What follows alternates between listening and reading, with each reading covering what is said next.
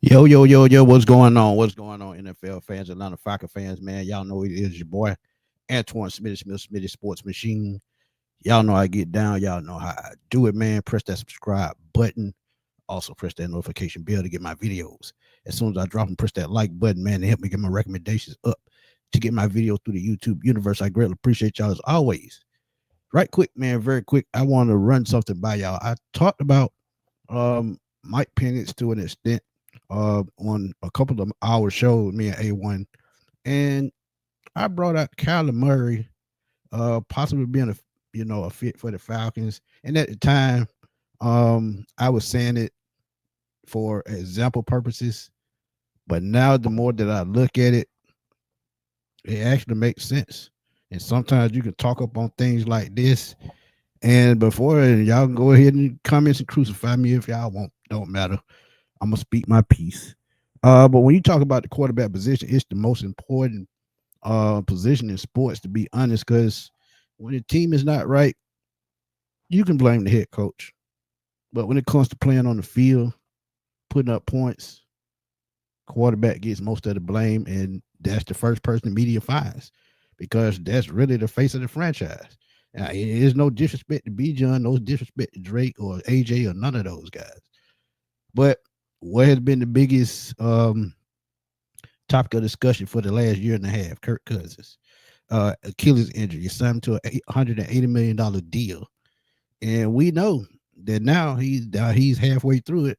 He's got $90 million the first 2 years. He's only got $10 million guaranteed, and that's really a roster bonus. So, could we see another quarterback in Atlanta? And don't get me wrong, for what we paid for Kirk for only 7 wins, I wouldn't mind bringing another veteran quarterback.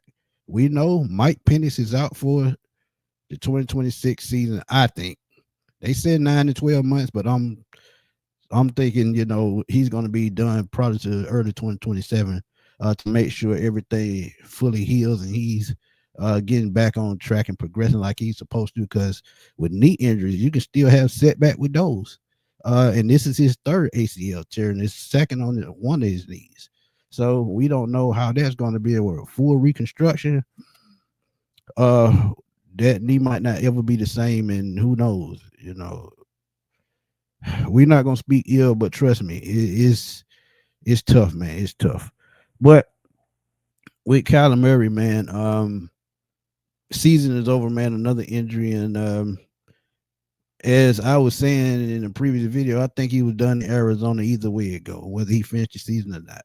Now through the first two seasons, I'm sorry, through this season, 2 and 3 as a quarterback, and I'm gonna let y'all in on the discussion right quick.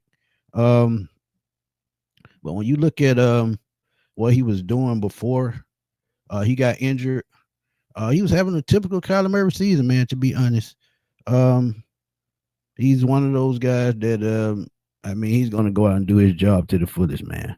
But as you see it on the screen, man, he was 2 and 3 as a starter, 962 yards, 6 touchdowns, 3 interceptions. Also ran for another 171 yards, I think, and another touchdown. So he's a dual threat. And as Atlanta Falcon fans, we know that we like our dual threat quarterbacks, and we wish Michael Penix would, use his legs more, but he wants to be a pocket passer. But Kyler Murray can do a little bit of both.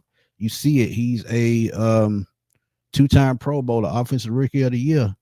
You see his highs. He had his best season as a passer. His second season, which was a Pro Bowl year or back-to-back years, but he nearly brought himself back to the full Kyler last year with 3,800 yards, 21 touchdowns, and 11 interceptions. And he also ran last year, ran for another 572 yards and 5 touchdowns. So you getting a guy, man, that not only the Falcons could, use, but when you look at it, man, his contract, and we talk about Kirk Cousins' contract, I think 10 million guaranteed, and they may take that hit and may not. But if they pay him the 10 million, they cut him. They may still be on the for some dead cap space unless they trade him. But when you look at Kyler Murray's contract, he's in 2025. He's at 43 million, which is low for today's standards because Dak Prescott is making $60 million, and the 5 to 6 people under him are well over 50. So for a starting caliber quarterback, a veteran, this is probably going to be normal in 2026. If you trade for him, and they may not want a lot for him because they're trying to get him off the books, it's 53 million, which is still doable. Because think about it. When you look at, Dak Prescott and what he does, it's pretty much the same thing that Kyler does. He's a dual threat quarterback in today's standard. That's today's quarterback. That's just the standard.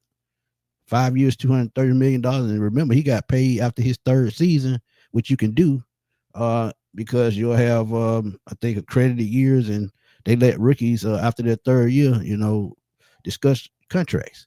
So the dead cap space for the second year, with next year, would be 57 million. So you would just have him for one season. 2027, 43 million, which goes down, which is to me a steal. And you got to remember, you get a salary cap raise every year. So some of that salary cap raise will go into, invested in a veteran quarterback, which I have no problem with. And the last year of the deal is pretty much voided. It's a club option, and there's no guaranteed money left. And it's at 46 million. So 2 years, basically 53 and 43 million, which is about 96 million if you calculate it correctly, for 2 years. And as a veteran quarterback and a bridge guy, I could see that working out for the Falcons. Why? Because think about it. For a veteran quarterback, why would you not want to do that? I think if you look closely, what Kyler Murray brings as a quarterback. We know he's had an injury history every quarterback and every player has. But you get a quality quarterback for a going rate that's lower than the average of what they're paying out. And think about it, man. The next quarterback is going to be about 65 million. That could be Patrick Mahomes. That could be Jalen Hurts. That could be anybody.